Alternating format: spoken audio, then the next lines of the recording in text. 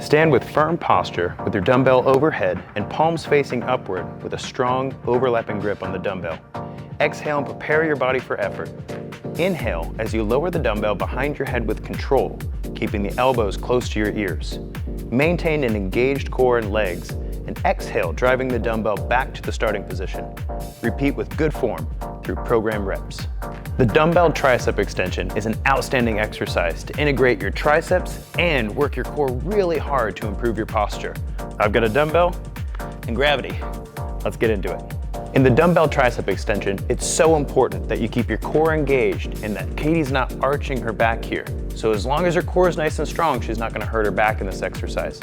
Also, if we're gonna target these triceps, we have to keep those elbows in. Now, Katie's got super strong shoulders, so she can flare out a little bit without injury, but I'm gonna ask her to pull them in just a little bit and try from there. You feel that a little harder? Yep. Yeah, nice job, well done. Great exercise.